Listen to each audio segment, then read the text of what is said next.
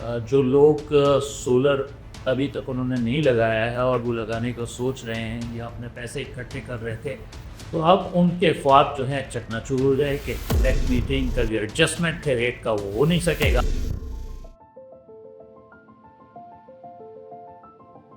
So net metering is that when you install a solar, let's say 10 kilowatt on your rooftop, then you generate electricity and your solar system through an inverter is linked to a grid.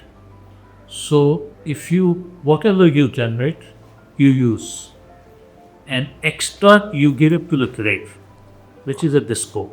For example, Karachi is electric, in Tower is Lesco, Samba is Ice. And at the same time, when in the evening sun is setting and your generation is low, then you get it from the grid. And this is during non-peak hours. Peak hours start from 6 or 6:30. So from morning till late afternoon, you are actually using your own energy. So government has given a net making option to the people through which the netting takes place of the import and export units. And if you have extra units, then the DISCO buys it at a current price of 32 rupees. When it started in 2015, the price was about 9 rupees and 95 paisa. And because of the formula, it is called National Average Power Purchase Price. So based on that, price is determined by NEPRA periodically.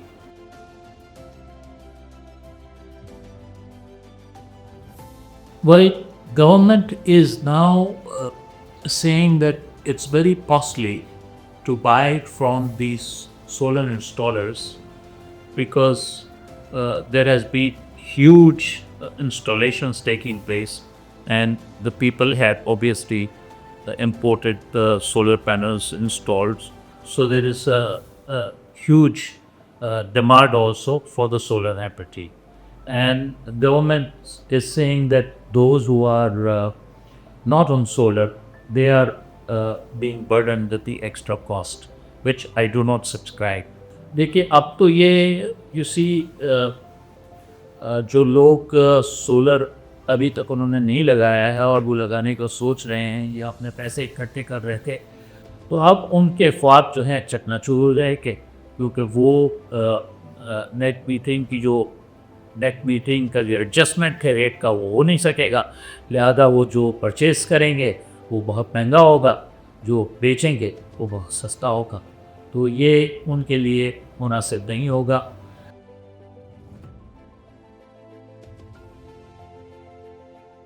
देखिए net metering तो जैसे मैंने आपसे कहा कि netting हो जाती है यूनिट्स की, यानी आप दिन के वक्त जो यूनिट आपके सरप्लस हैं वो ग्रिड को दे देते हैं, शाम के वक्त जो है आप वापस ले सकते हैं।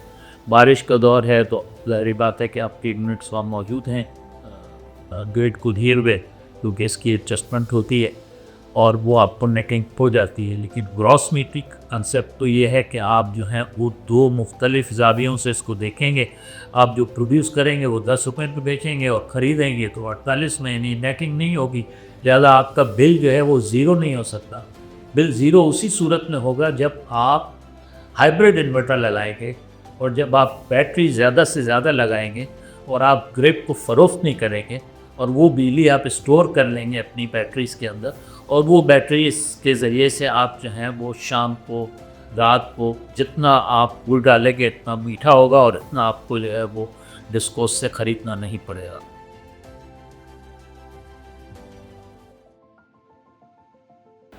बैटरी की कॉस्ट जो है वो कॉम्पिटिटिव हुई है, कम हुई है, लेकिन अब चूँकि डिमांड बढ़ेगी तो डिमांड एंड सप्लाई की बात हो जाएगी, ज़्यादा प्राइस इसकी कम नहीं होगी बैटरी की। गवर्नमेंट ने जो है वो एक इतने अरसे से ये काम नहीं किया कि हमारे यहाँ सोलर पैनल जो हैं वो मैन्युफैक्चर। बांग्लादेश में इस वक्त सोलर पैनल मैन्युफैक्चर हो रहे हैं और ऑस्ट्रेलिया के साथ जॉइंट वेंचर है। टर्की के अंदर सोलर पैनल प्रोड्यूस हो रहे हैं, हमारे यहाँ सोलर पैनल की इम्पोर्ट हो रही है, हम डॉलर खर्च कर रहे हैं। इसी तरह से बलूचिस्तान के अंदर आपके पास रॉ मटेरियल मौजूद है बैटरीज़ के लिए, तो ममलिकत को चाहिए कि बैटरी प्रोड्यूस करवाए, लोकल मैन्युफैक्चर कराए, बैटरी की कीमत कम से कम होगी। एक अंदाज़ा है कि 2030 तक जो है हमारे पीक आवर्स में 25% तक जो जनरेशन है वो बैटरी पर चली गई। ये एक आर्टिकल अभी मैंने पढ़ा और रिसर्च बेस्ड है, उसमें ये कहा जाता है 2030 में अगर ये सोलराइजेशन की स्पीड इसी तरह से रही और ये नेपरा ने ये अमल अपना वापस ले लिया तो 2030 में पाकिस्तान की रफली 75% day time non peak hours की एनर्जी सोलर से आ जाएगी। इंडस्ट्री सब की जगह पर हैं लेकिन लोग जो हैं वो इस तरफ चले जाएंगे और सोलर पार्क के ज़रिए से लोग जो हैं वो अपार्टमेंट्स को, कॉम्प्लेक्सेस को देंगे। जो घर के लोग हैं अगर ये ट्रेडिंग शुरू हो गई, मार्केट खुल गई पूरी, तो लोग जो हैं वो अपनी बिजली एक दूसरे को फ़रोख्त भी कर सकेंगे। ये काम है नेपरा का, इसको प्रमोट करने का, ताकि ये डिस्कोस की इजारादारी ख़त्म हो, डिस्कोस प्राइवेटाइजेशन हो, डिस्को की प्राइवेटाइजेशन हो, डिस्को का अमल बेहतर हो, लाइन लॉसेस कम हो। बैटरी जो है वो माहौल के लिए बहुत बुरी है। ये बैटरी अगर फ़र्ज़ कीजिए कि अपनी लाइफ को देखिए तो बैटरी को क्या करेंगे आप, ज़मीन में दफनाएंगे बैटरी।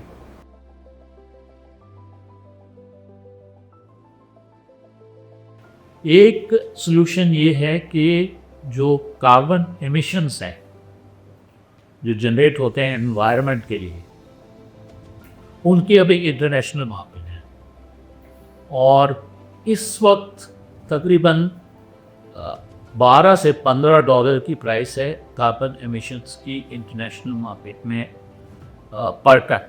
ट्रांसपेरेंसी इंटरनेशनल ने एक रिपोर्ट शाया की है, बिजनेस रिकॉर्डर का हवाला दिया, उसमें ये रिपोर्ट आई थी पिछले महीने और उसमें ये कहा गया है कि पाकिस्तान में कैपेसिटी है $400 मिलियन के कार्बन एमिशंस को ट्रेड करने की। अब ये कार्बन एमिशंस सिर्फ रूफटॉप से नहीं आते, इनमें जो है वो विंड भी है और दूसरे जो माहौलियात के असर हैं, मैंग्रोव्स हैं, वो भी है।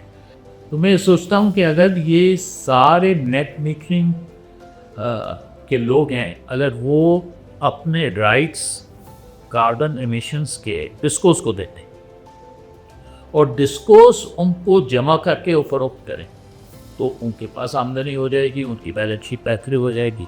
ज़रूरी नहीं है कि आप ही रेट कम कर, तो आप कार्बन एमिशंस जो है, जो कि गवर्नमेंट भी कहती है और पॉलिसी भी गवर्नमेंट ने बना ली है और ये ट्रेडिंग भी हो रही है, तो आप नेट मीटरिंग के लिए तो ये काम कर सकते हैं। इंडस्ट्री ने अगर खुद लगाया है तो वो अपना कार्बन एमिशन खुद बेचेंगे और ट्रेडिंग शुरू भी हो गई है और पाकिस्तान में बिक भी रहा है।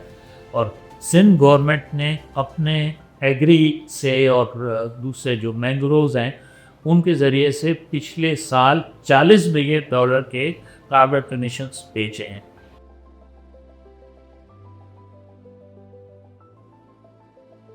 पाकिस्तान में आप देखते हैं कि हमारे यहाँ खैरात ज़कात का अमल बहुत स्ट्रॉन्ग है, लोग टैक्स कम देते हैं, खैरात ज़्यादा करते हैं।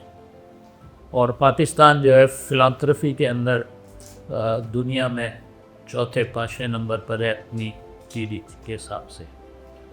तो अब अगर आप मुझसे ये कहें कि जी मेरे जो यूनिट्स हैं एक क्वार्टर में अगर मुझे 50,000 रुपये एक्स्ट्रा मिल जाते हैं मेरे बिल से, तो मैं चाहूँगा कि मैं अपने यूनिट्स फ़रोख्त ना करूँ, मैं 9 या 10 रुपये के ऊपर अपने यूनिट्स क्यों दूँ जबकि उसकी मालियत जो है वो 50 को। तो मेरी ख्वाहिश ये होगी कि मैं उन यूनिट्स को डोनेट कर दूँ और उसके लिए मैं प्राइम मिनिस्टर साहब से, नेपरा से, वहीस लवारी साहब से गुजारिश करूँगा कि पाकिस्तान अगर इनोवेशन की तरफ जाना चाहता है तो be the first one by creating digital electricity unit trust. आप जो हैं वो अपने सरप्लस यूनिट क्वार्टर्स में एक हर क्वार्टर के अंदर इस यूनिट ट्रस्ट को दे देंगे जो कि डिस्कोस मैनेज करेंगे और डिस्को जो है मेरे ख्याल में एक कोई भी नॉन प्रॉफिट ऑर्गेनाइजेशन एक से ज़ायद उनको ये यूनिट पास कर दिए जाए। अब मेरी बात हुई सैलानी से और के इलेक्ट्रिक से भी, तो ये मैकेनिज़्म डिजिटली हो सकता है और अलग सैलानी को ये यूनिट्स चले जाते हैं तो सैलानी के पास बेवाओं की बहुत बड़ी फहरिस्त है जो अपने बिल नहीं दे सकते, जिनको आज पैसे दिए जाते हैं कि इस तरह से वो अपना घर चलाएं, किसी के बिल दें। तो मुल्क भर के अंदर स्पेशली चैलेंज्ड लोग हैं, मजबूर लोग हैं, बेवाह हैं, उनको ये सरप्लस यूनिट डोनेट हो जाने चाहिए, ना कि लोग जो है वो फ़रोख्त करें। लोगों को जब ये मालूम होगा कि मेरा यूनिट 10 रुपए का अगर मैं किसी और को 40 या 50 रुपए की शक्ल में डोनेट कर सकता हूँ तो वो ज़रूर करें, और इससे जो है एक और इमदादी मुहिम शुरू हो जाएगी और इससे आम आदमी को काफ़ी फ़ायदा होगा।